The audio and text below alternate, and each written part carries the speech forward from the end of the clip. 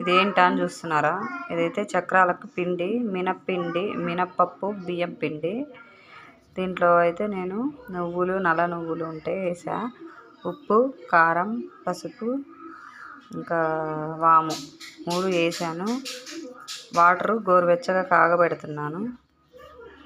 చూడండి, వాటర్ అయితే కాగబెడుతున్నాను పిండి కలుపుదామని. డాల్డా అయితే ఉంది, డాల్డా వేద్దాం కొంచెం అనుకుంటున్నాను చక్రాలకి.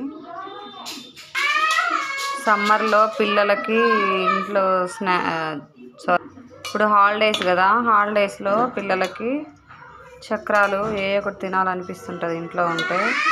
అందువల్ల వాళ్ళ కోసం చక్రాలు అయితే చేద్దామని పిండి కలుపుకుంటున్నాను. దీంట్లో అయితే శనగపిండి వేయలేదండి, శనగపిండి వేస్తే గ్యాస్ ఫామ్ అవుతుందని ఒట్టి మినప్పప్పు, బియ్యం పిండే ఇది.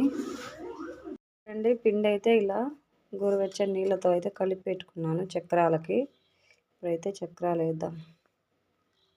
చూడండి, ఫైనల్గా అయితే చక్రాలు చేయడం అయిపోయింది. ఇవి ఒక సైజు పెద్దవి, ఇవి సన్నవి, ఇవి ఒక సైజు చక్రం లాగా.